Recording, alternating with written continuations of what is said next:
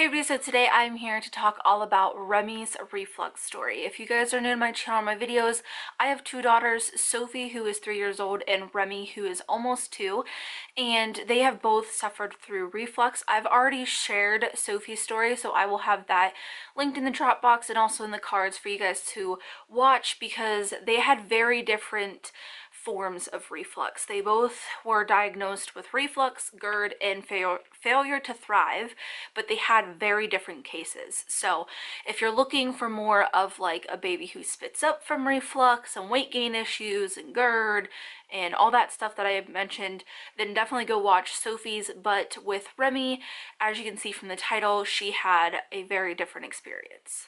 Now I want to say first and foremost that this is a severe case. Once again, this is not like the norm for infant reflux. Unfortunately, my children have just had to suffer through more severe cases. So I don't want you to watch this video and think that this is definitely a possibility for your child. It's just what mine went through, and I know through what I've gone with both of them that I felt kind of alone, that I didn't know if other parents were going what I went through. I didn't know if my kids were just an exception to the rule or if others also did suffer from severe reflux, and I found out that I wasn't alone. So I want to put this out there for anybody who might be going through this kind of stuff as well, to let you know that, you're not alone and that you will eventually find your footing, as we did. Like I said, Remi is almost 2 years old now. She is a healthy, thriving little girl, and you would never know by looking at her that she had any of these problems I'm about to mention. Also, of course, this isn't supposed to be like a replacement for any kind of medical advice. We had a whole team of doctors for each girl, and if you have any kind of doubts or insecurities about your medical team, I highly advise you to get second opinions and stuff like that, because I have been down that road before, and trust me, just trust your parent gut. It's telling you something. However, I really did like the medical team that we had for Remi. I never had any problems with them. Always felt like we were on the same page. They always took what I said to heart, and they listened to me, and I felt heard. So I had a little bit of a different experience with Remi than I did Sophie. So for that part, I just wanted to mention our medical team. I also wanted to say that I'm not really going to mention Remi's age or her weight specifically in this story, just because it was such a long ordeal and we had so many weight checks. I would spend 15 minutes just in that alone, telling you at what age, what weight she was. The bottom line of it is that Remi never lost weight. She always either maintained or very, very, very slowly gained weight. She did drop in percentile here and there. You'll hear me mention that, but she never dropped in actual weight. So I just kind of wanted to mention that because I'm not really going to give specifics. Literally anytime we went to a specialist or a therapy appointment or a pediatrician's office, it was literally an appointment, or at least 2 appointments every single week, and we always got weight checks. So like I said, it'd just be tedious and obnoxious for me to tell you every single time. I'm in the middle of the video now and I forgot to mention this, so I'm going to throw it in, but Remi was drinking exclusively breast milk. She nursed for the first couple weeks of her life, but then I slowly transitioned to exclusively pumping. I have videos on why I've done that. It was just a personal choice, not that we had any problems. But nevertheless, she did get 100% breast milk, so I just want to throw that in there because obviously it's important to know what she was actually eating in her bottle when it comes to reflux and stuff. So I'm just going to go ahead and jump into our story. Obviously, with what we went through with Sophie, I spent a lot of my pregnancy with Remi just really hoping that she did not have to go through anything like what her sister went through, and I was just always really worried about that. Even though Sophie was such a trooper through what she went through, you still have that feeling of like guilt, and your heart just breaks for your child that they had to even go through that. And I was really hoping throughout my entire pregnancy that Remi would be different and that maybe she'd be spared all the things that her sister had to go through. And in an essence, she was, because they didn't go through the same thing.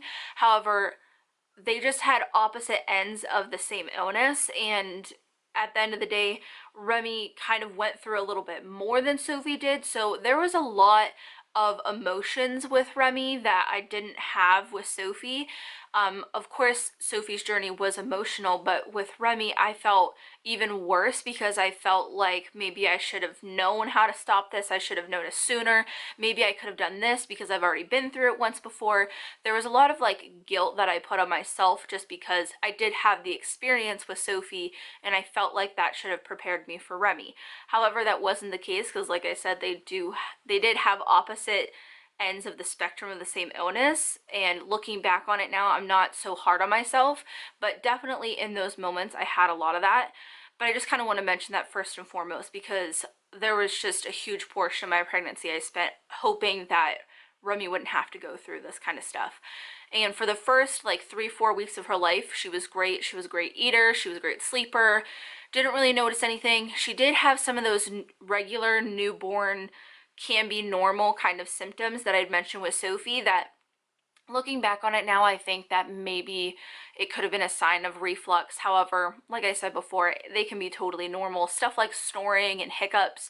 And again, it was just at the rate. Remi always had hiccups, always. I mean, literally after every single feeding and at least once in between feedings. It was crazy how much hiccups she had.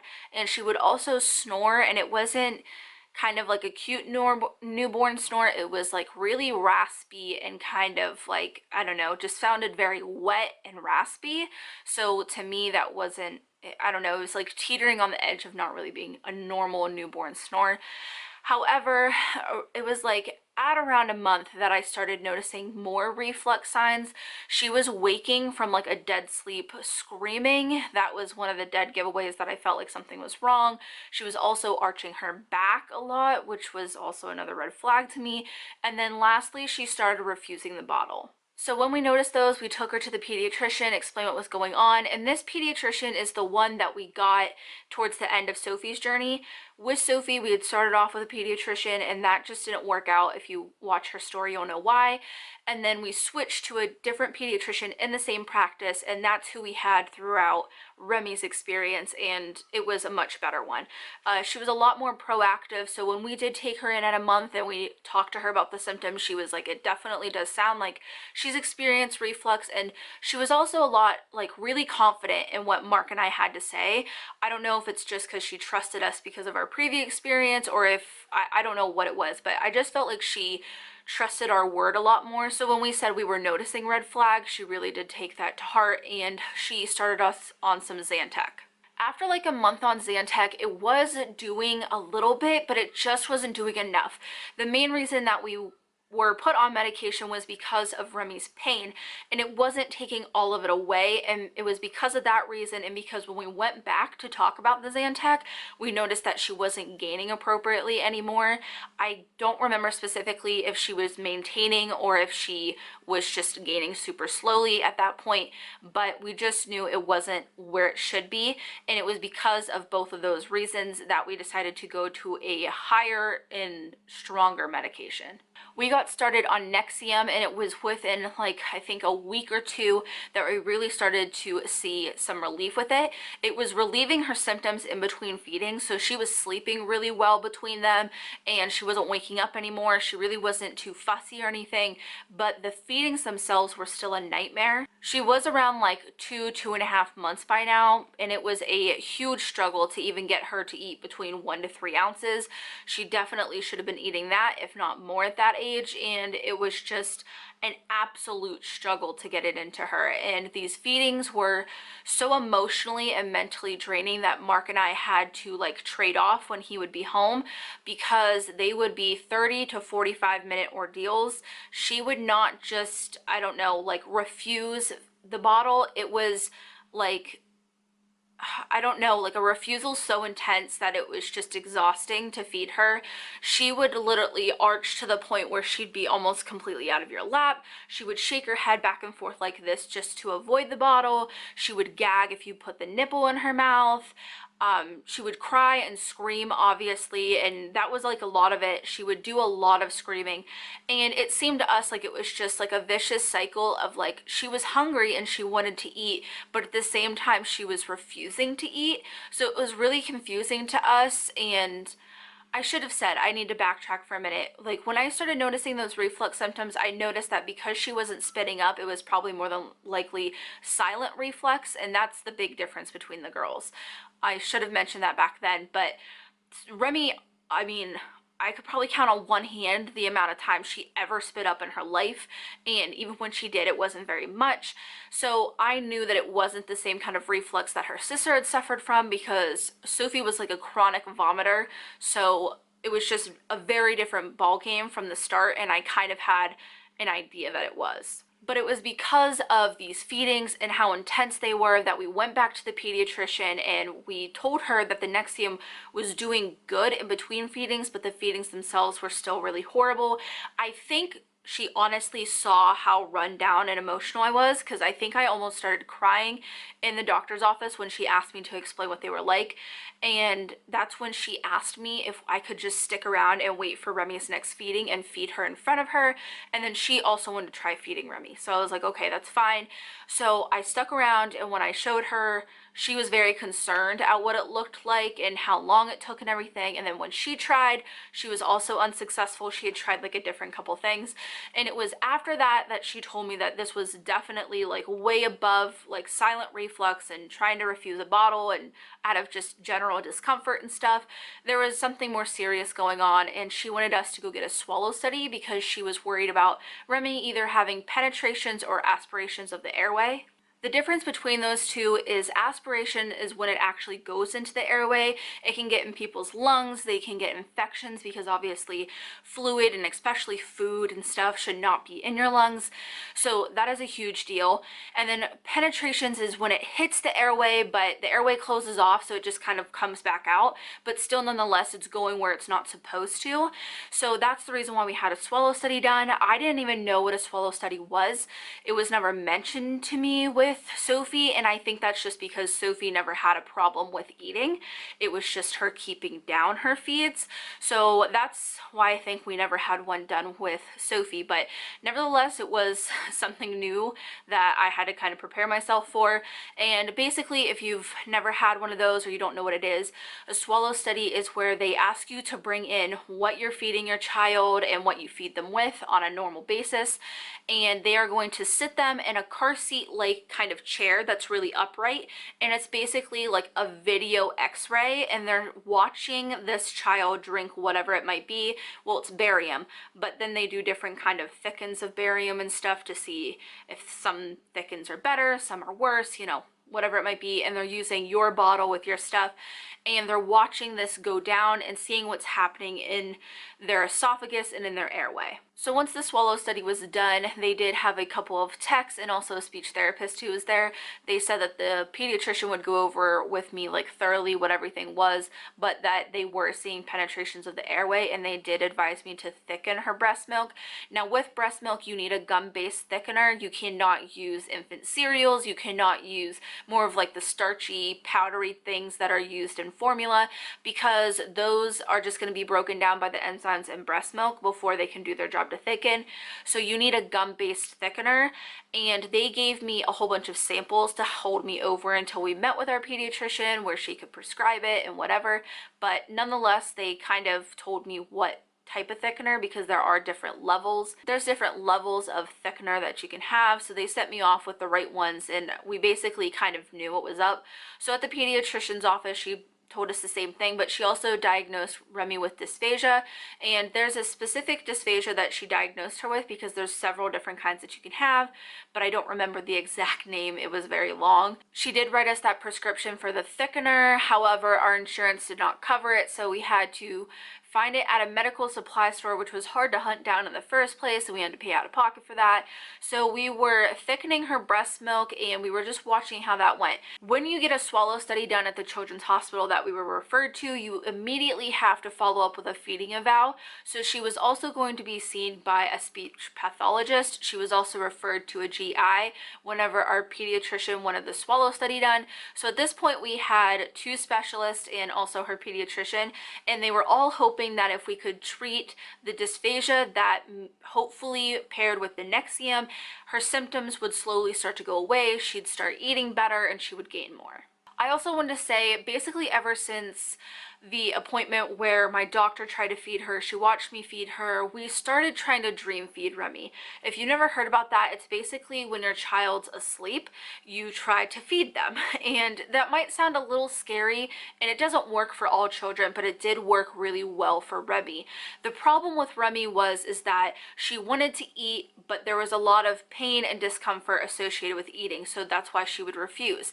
However, when she was asleep, I don't know if it was because she was so tired, if she was asleep, or if it was just like she couldn't be awake and focus on the pain, but she would actually eat between like 2 to 3 ounces if she was actually asleep. So we did a lot of dream feeding. That's basically where all of her caloric intake came from. Like I said, we could get 1 to 2 ounces in her during the day every now and then, but a lot of it was Mark and I waking up every 2 hours in the middle of the night to dream feed her, which she did respond very well to. So that's what we were sticking to. We were basically feeding her while she was asleep, because she did sleep between, I think, like 8 to 12 hours at night, for the most part. A little while after getting the thickener all figured out, we did finally have that feeding evaluation, which the speech pathologist recommended for a nutritionist come on board since she was having some weight gain issues. And then on top of that, she did watch me feed Remi without a thickener and then with a thickener, and she did diagnose her with a feeding aversion.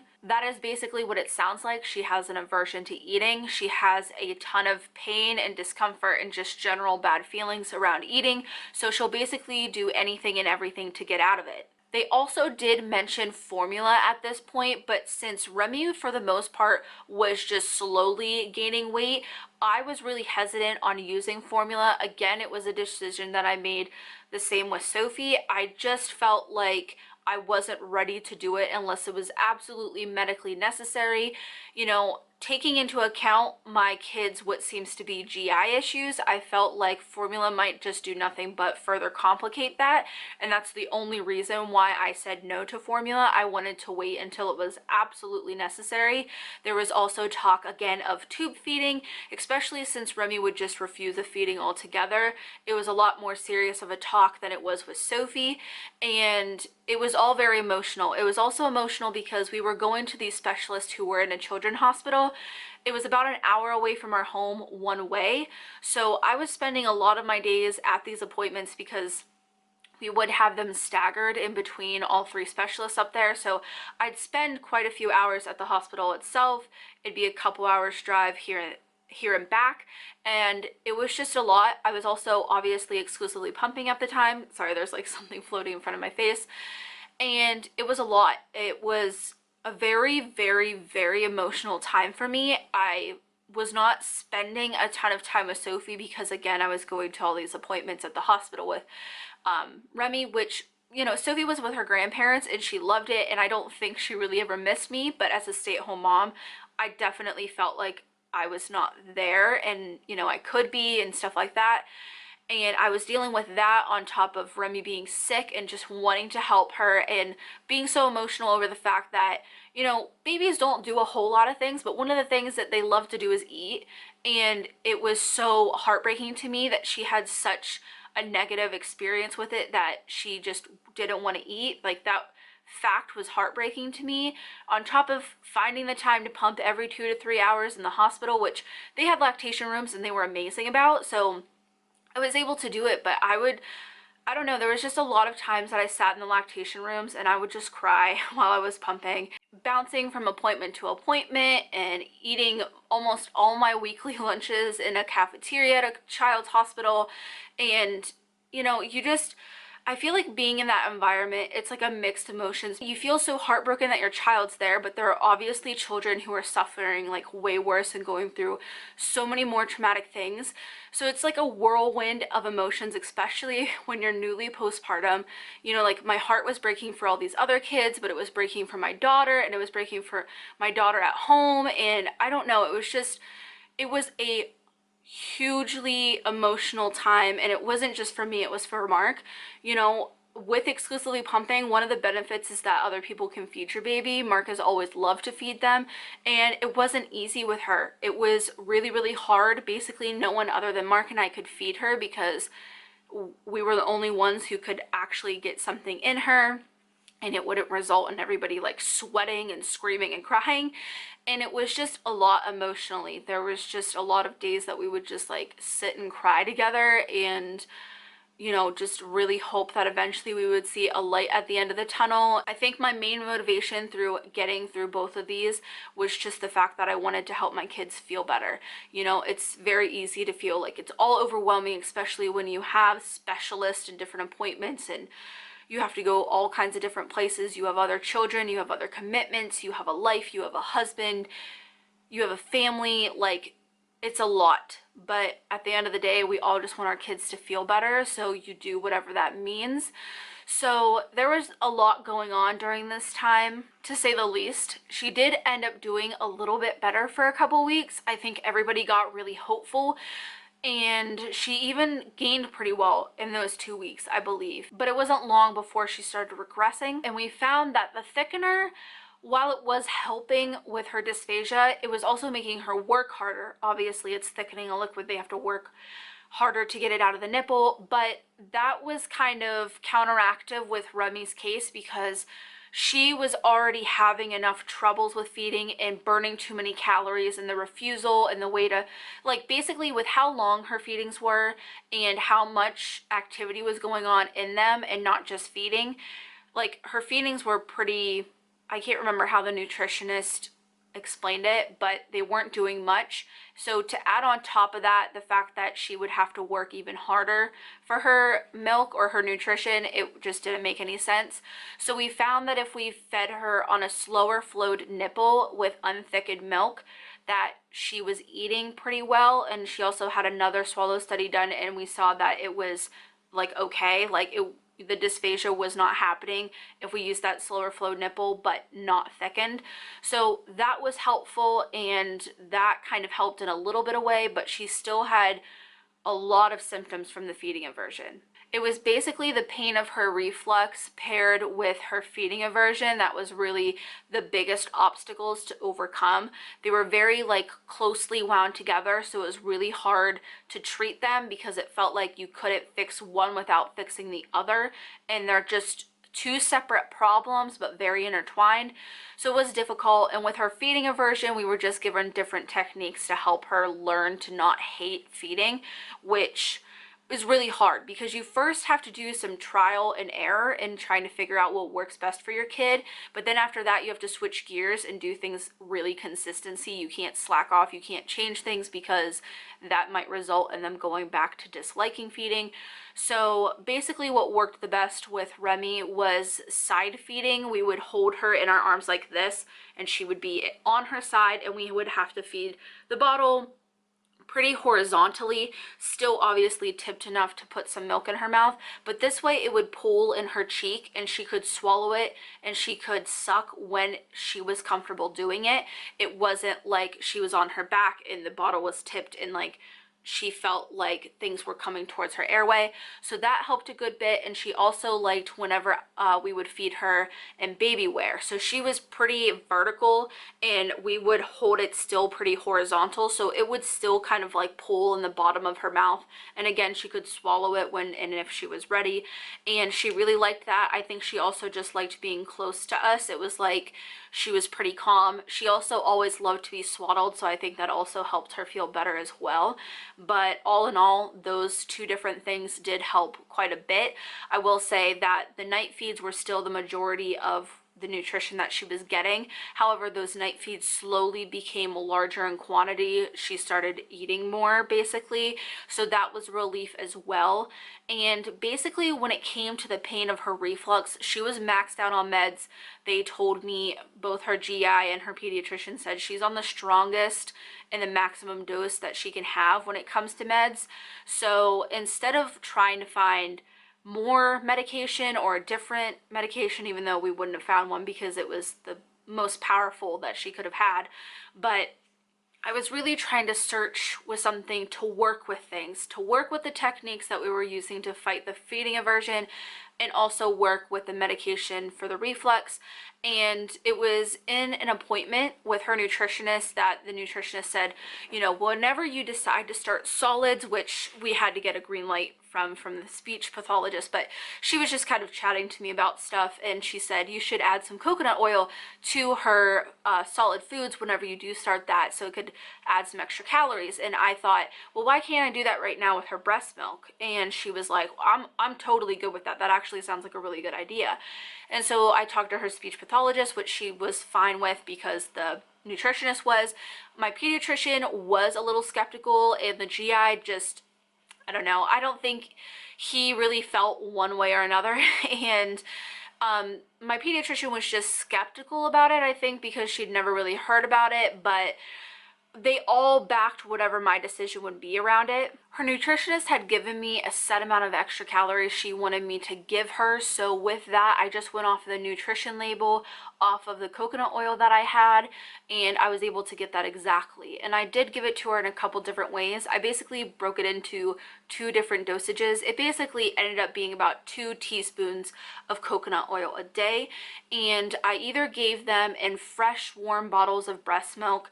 With fresh breast milk, it is pretty warm, so that way when she would eat, it would stay a liquid form. It wasn't going to curdle or anything like that. Or if I didn't have a fresh bottle, or if I was using some colder milk or whatever it might be and I just couldn't put it in the bottle, I would go ahead, melt it down, and then I would just pull it up in a syringe like medicine, and I would give it to her orally. And I gave that the same way I gave all other reflux meds, which was just, I put the syringe back inside of their cheek, down by their teeth, and I slowly squirt it in there so they're able to swallow it. It's not just like all on their tongue or whatever, and that way it just kind of like oozes into their mouth. And she had no problem either or, but she definitely did prefer it in her bottle because she wasn't a huge fan of just taking medicine in general. And we found that this helped a lot. Now, I can't speak as to what it actually did for Remi because obviously she didn't have words and I'm just observing. I can't speak to if it helped other kids, if it's a fluke, if it was just happened to work for my kid this one time. I don't know, but I do know what I saw, and that was a huge, significant, like, turnaround with Remi. She was no longer fighting the bottle during the day. Every once in a while, she might not love it, but she was still eating from it pretty well. Her feedings during the day did slowly, very slowly, start to get larger. I think just the main thing first off was just she stopped all of the shenanigans that were like what would happen if you fed her during the day. And then from that we saw an increase in volume that was pretty slow, but still. And sometimes I would put it in her night feed bottles just to kind of give her that relief of day and night, but it also seemed to help with her pain as well, because like I said, she started experiencing some pain in between feedings again, but her dosage for the Nexium was the highest, so it was like couldn't really do much more. But I did notice that those symptoms started to go away once we started the coconut oil. And there was a couple times that I questioned if it was actually the coconut oil, so I would like kind of back off it for a day and she would regress. She would start to do everything that she used to. So once I saw that, I was like, I'm not going to play around with this, because like I said, when it comes to children who have feeding aversions, consistency really is the key. So I really tried to focus on making sure I gave that to her every single day, and it helped quite a lot. It was a little while after this that she was finally around like 6 months old and she could start some solids. We did have to be in feeding therapy. Her speech pathologist wanted to really work with her like hands-on when it came to solids. She had such a negative experience with the bottle. We didn't know what kind of feelings she would have, or if any of the feeding aversion would carry over into solids. We were warned that with a feeding aversion there can be long-term symptoms, which we did see some I'll touch on here in a second, but we just wanted to be extra careful. She completed and graduated from feeding therapy in I think about like 6 weeks time, and that went pretty well. At first it was a struggle. She did gag a lot with foods. We were doing mostly purees because we found that baby-led weaning at first did not work for her, but she also did end up switching that. Later on she did not start to like the puree. She started gagging with that, so I started giving her more whole foods like baby-led weaning, and she did a lot better with that. So With Remi and her feeding, it was just always keeping an eye and doing what was right for her, even if it didn't necessarily go with like what she should be doing. But yes, the feeding therapy went well and she was on solids and stuff. It was also around that time that she started gaining appropriately, like when she had graduated from feeding therapy. So we were dismissed by the specialist at the hospital in a good way. You know, everybody was happy that she was doing so much better. So it was because of those reasons that we no longer had to follow up with any of the specialists. I think the GI wanted to see us at a year, which we did go to, but it was mostly just like a how did the rest of the year go kind of checkup. And it was just basically over the next several months, we were trying to transition Remi off the night feeds, try to get them more on the daytime, and also work on the long-term effects from the feeding aversion. And when it came to the night feeds, we were just trying to do that because obviously by this time Remi had some teeth. It's not the best for them to be eating at night. Not just because of their dental health, but also we just didn't want to form some bad habits that she would get used to. And like I said, when your child is sick, sometimes you have to do what is against the norm. So nobody was really pushing for us to do that. Our pediatrician definitely said, always do what she leads by. So if Remi wasn't going to respond really well to that, like if we had tried to move feedings during the day and she wasn't going to eat, obviously we needed to stick with the nighttime feedings. Her eating was our #1 priority, but we did find that slowly transitioning the feedings during the day was working more and more, and she was taking to it really well. And it was eventually that at like I think a year and a half she was entirely off night feeds, which was really, really amazing. It was just it was such a relief when we finally got there. And then also the long-term effects of the feeding aversion, Remi really did not I shouldn't say didn't like, she hated having her face or her mouth touched. I think she had her first dentist appointment at, was it a year and a half? I can't remember. It was either a year or a year and a half, and that was absolutely awful. Also, just anytime you would wipe her mouth from just eating, or anytime that we had to brush her teeth or just touch her face, she would freak out. She really didn't like it. She just had a huge reaction if that happened, and it was slowly by slowly she started to get over it. It was mainly I think the wiping of the face that was the hardest, because obviously you have to do that, you know, kids are messy and they get food on their face and things happen, and you know, you give them a bath or a shower, you got to wash their face. And it was really hard because it was something that was so frequent. But slowly she saw that when we were calm, we always tried to use like a warm washcloth so it was nice on her skin. And I just, again, through the techniques of just trying to be calm and patient with her, and just knowing that it's not her intentionally doing this, that we just, you know, kind of bit our tongues and we tried to be patient. And through all that, she did eventually get over that as well.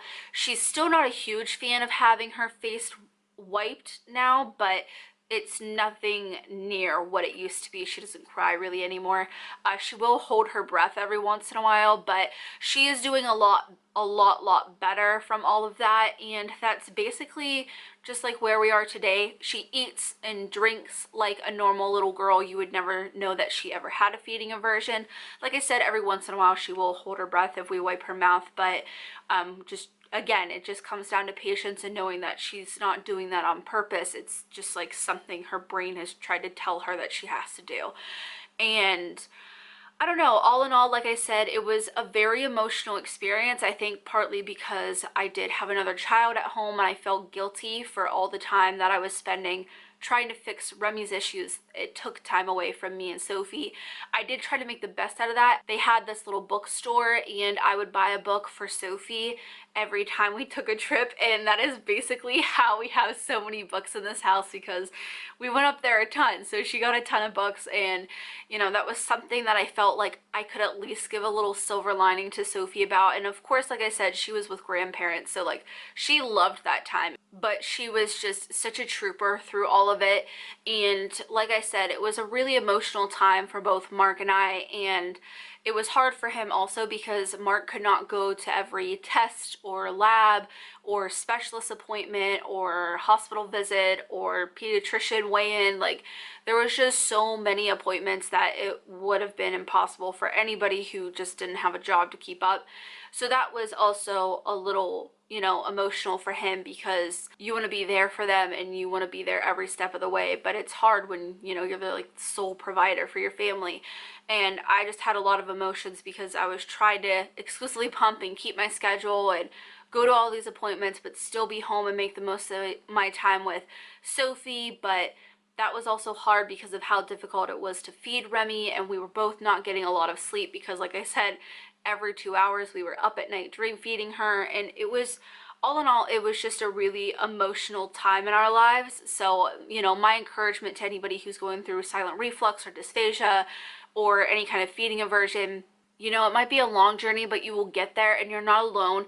I know that when we started going through the dysphagia and the feeding aversion, that I did join a couple of Facebook groups. I will have those linked down below because they were kind of hard to find. They do compile a couple different topics together. They are related, but I found a lot of comfort in those groups, and I just wanted to put those down there because even if you're just reading other people's stories, it can help you feel a lot less alone. And just like what I said with my last video, with reflux parents, it is really hard because you do feel alone. You know, you have to feed your baby a certain way. It makes you anxious for other people to feed them. There's just so many specifications when it comes to reflux and medication and appointments and stuff like that, that it can feel a bit isolating. And like I said, it can just feel like you're never going to reach the end of this, or that you might not find your footing. And there's just so much trial and error that needs to go into it as well, all at the expense of your child, because, you know, they're going through stuff. They're the ones with the health issues.